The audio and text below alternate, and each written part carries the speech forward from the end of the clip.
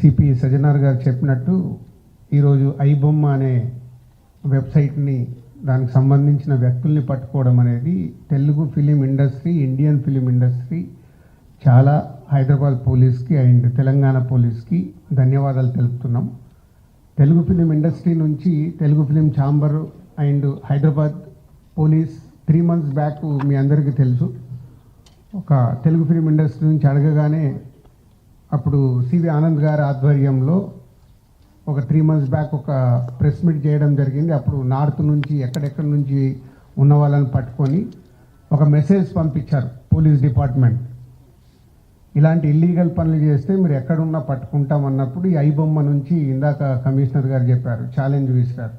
So police department తలుచుకుంటే మీరు ఎక్కడున్నా ఇలాంటి ఇల్లీగల్ పనులు చేసి అటు సొసైటీకి, ఇటు గవర్నమెంట్కి, ఇటు ఫిలిం ఇండస్ట్రీకి మీరు ఇలాంటి తప్పు పనులు చేసినప్పుడు డిపార్ట్మెంట్ మీరు ఎక్కడున్నా తీసుకొని వస్తుంది.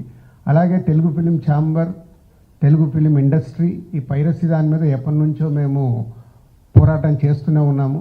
సో ఇప్పుడు పోలీస్ డిపార్ట్మెంట్, తెలంగాణ గవర్నమెంట్, అలాగే ఇండియన్ గవర్నమెంట్ కూడా, కేంద్ర ప్రభుత్వం కూడా ఇప్పుడు ఈ పైరసీ దాని మీద చట్టాలు తీసుకొచ్చి ఎక్కడ ఇంకా ఫర్దర్గా ఇలాంటివి జరిగినప్పుడు చాలా సివియర్గా ఉంటుంది అని మీ అందరికీ, ఈ పైరసీ చేసే వాళ్ళందరికీ హెచ్చరిస్తున్నాం.